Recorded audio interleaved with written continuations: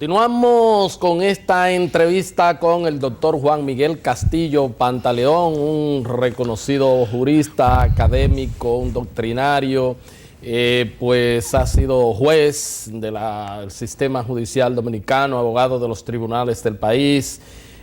Bueno, doctor, para concluir un poco con el tema judicial, está la discusión, bueno, si es una Suprema Corte de Justicia dependiente del poder político, si la que encabezó el magistrado Subero fue más independiente, si esta es, bueno, qué sé yo, mejor, peor, etcétera, etcétera. Está esa discusión, usted conoce las dos formas de dirigir la Suprema Corte de Justicia. ¿Cuál es su parecer? Mira, todo órgano cuya conformación viene determinada por la decisión de un cuerpo político, por naturaleza, tendrá siempre la gravitación de lo político en la misma. Como dirían en los campos, auyama no pare calabazas. Es decir, una mata de auyama que va a dar auyamas, no va a dar otra cosa. La diferencia sistémica está en que la conformación del Consejo, del Consejo Nacional de la Magistratura convierte lo político en... Hay mayor concentración política en la toma de decisiones porque son menos actores, sin el control o contrapeso de la alternancia democrática que legitima el poder mismo. En pocas palabras, de los tres poderes del Estado, el menos legítimo es el Poder Judicial. ¿Cómo es? Eso no lo digo yo, lo dice Roberto Gargarella, un filósofo argentino, profesor de la Universidad de Pompeu Fabra, en un libro memorable de la Universidad de Barcelona. El poder, la verdadera soberanía reside ¿en quién? En el pueblo. En el pueblo. Quien la delega, esos poderes, en los representantes que elige. Por lo tanto, el Poder Ejecutivo ejerce su autoridad por mandato del pueblo. Así es. Diputados y senadores. Igual. Y hasta a nivel municipal es así. Así es. Bien, por los jueces, ¿quién vota? No, nadie, evidentemente. Es el menos legítimo. Sí. Así es. Así es. Entonces, la manera en cómo estaba vertebrado tradicionalmente la elección del Poder Judicial era de elección indirecta. Eran funcionarios de elección indirecta, pero estaban sometidos al escrutinio periódico de la voluntad popular. Se señalaba que eso evitaba la profesionalización, la existencia de una verdadera carrera judicial, porque por lo tanto los jueces estaban siendo designados por un poder político, atención, y por un tiempo que no les garantizaba a ellos estabilidad. Y por lo tanto, ese ingrediente de inseguridad en la permanencia iba a gravitar en la debilidad de su toma de decisiones. No iba a haber resiedumbre. Sin embargo, en ese modelo anterior, jueces condenaron a 20 años presidentes de la República. Y jueces fueron a la casa de presidentes y fueron al Palacio Nacional a citar y a tomar interrogatorios en relación con asesinatos de periodistas, y metieron generales presos. Esos jueces del sistema anterior, entre comillas, políticos. En el actual sistema eso no se ve. No se ve. En el anterior sistema hubo procesos en los cuales incluso hasta fiscales cayeron presos y fueron sometidos a la justicia, y directoras de aduana. ¿Tú te acuerdas? Sí, claro. En el actual sistema no hay ningún nivel de confianza en que, debido a jerarquía económica o política, se le pueda aplicar la ley igual que a cualquier otro ciudadano.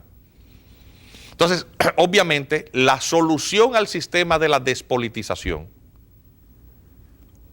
no funcionó, empeoró las cosas.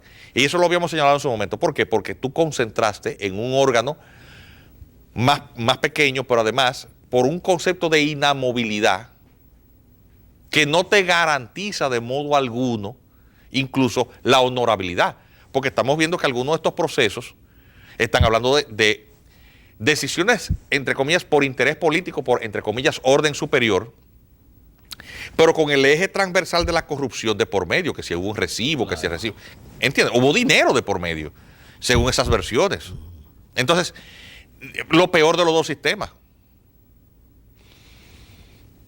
Obviamente, yo prefiero el otro sistema. ¿Por qué? Porque cuando tú tienes un juez serio, el senador,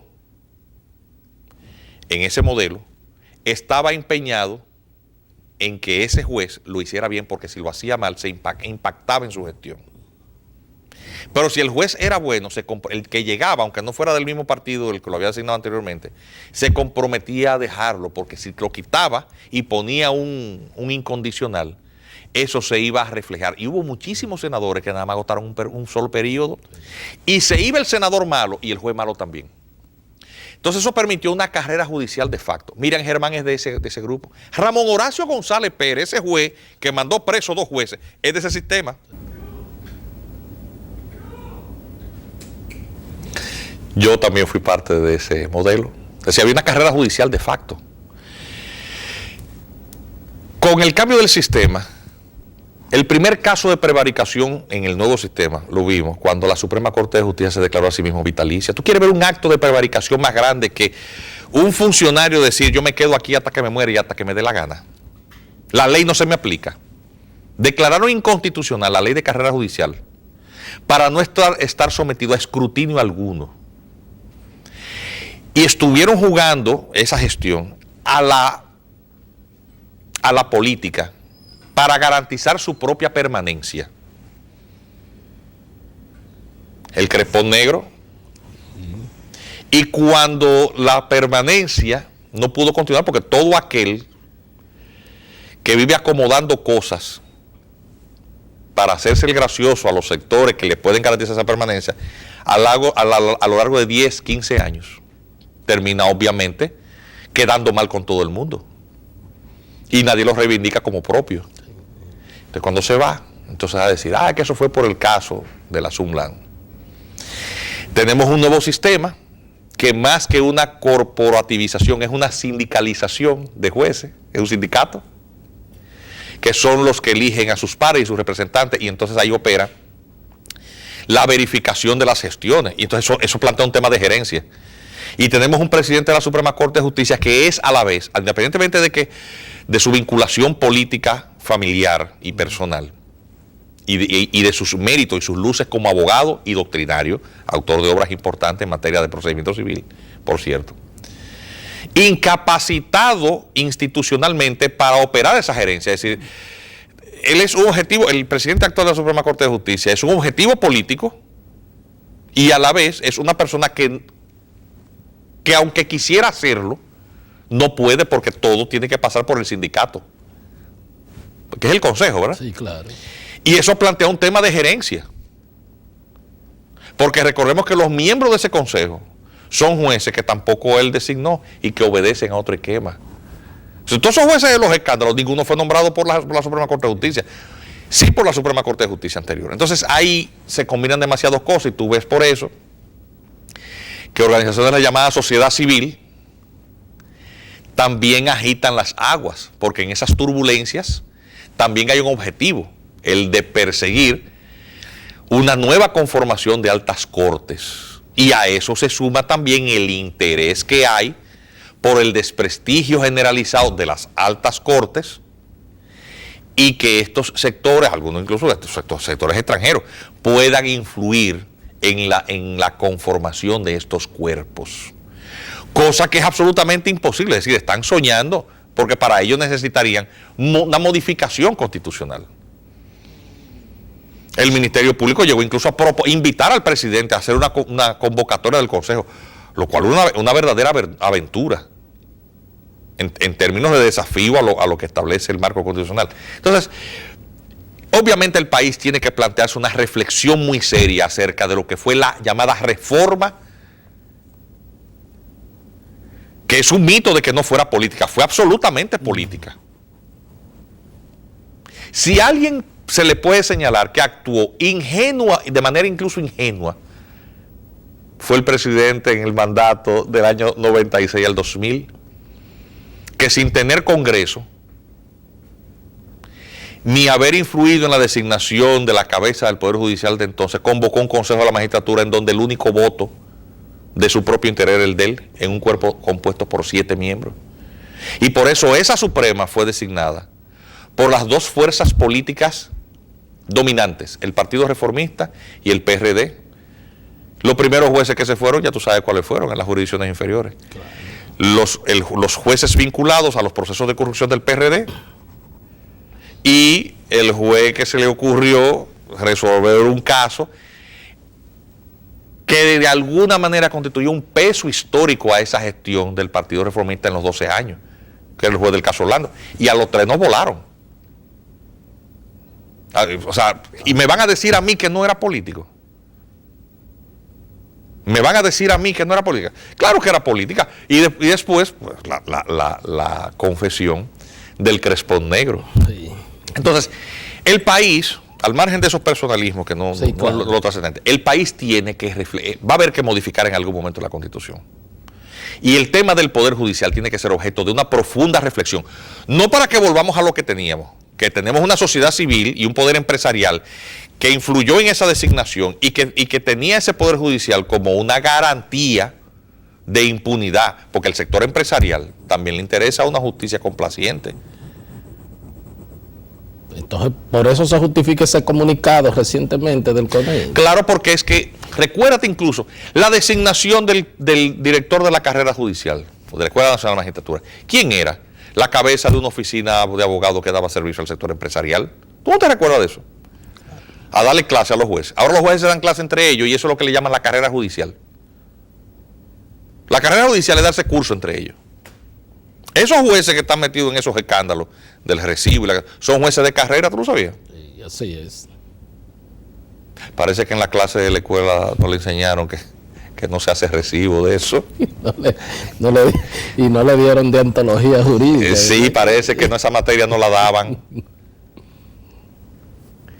O sea que también hay intereses políticos, sociedad civil y empresarial, claro, que quieren tener pues control de esas cortes. Claro. Claro. A ver, los procesos judiciales contra los bancos. Para que esa justicia dictara esa sentencia, hubo que hacer un cerco mediático de sociedad civil y de embajadas. Obviamente, cuando tú ves los principales activos de uno de esos grupos económicos, ¿en manos de qué banco terminó? De un banco de capital de una de esas naciones que le hacía cerco a la justicia, y fue la única forma que se garantizaron sanciones. Así es. Es decir, era esa justicia un paradigma de algo, absolutamente de nada. A ver, los problemas en la jurisdicción inmobiliaria se resolvieron. Al contrario, y mucha plata que se invirtió ahí, se agravaron. Ahora con este nuevo sistema de corporativización en la designación, esas oficinas de abogados también se sienten preocupadas. Porque tampoco, o sea, no pueden tampoco controlar, porque ya los jueces están jugando a sus propios intereses. Lo cual plantea entonces un problema de gerencia y supervisión. Ahora mismo tú vas a las cámaras civiles, aquí hay cámaras civiles y comerciales que tienen expedientes de simples demandas en cobro de peso y de daño, que tienen 2 y 3 años en estado de fallo. O sea que la mora, más que agilizarse, se ha incrementado la mora. En muchísimas áreas muy deficitarias. Pero ¿y qué puede hacer el presidente de la Suprema Corte de Justicia? Porque él es el consejo. Él es uno, lo preside, pero él es uno en un cuerpo colegiado. O sea, su capacidad de acción es mínima. Y entonces en esos sectores es francamente su cabeza la que piden. Pero no por otra razón, además que las razones de tipo político, y eso se ve, independientemente de que muchas de esas decisiones que han tomado algunos de esos jueces, las sentencias mismas son cuerpo del delito. Claro. Y de que hay un tema de falta de credibilidad generalizada, porque este país es un patio. Y no hay jueces que tú nomás tienes que hacer la auditoría visual. No soportan una auditoría. No. Es así.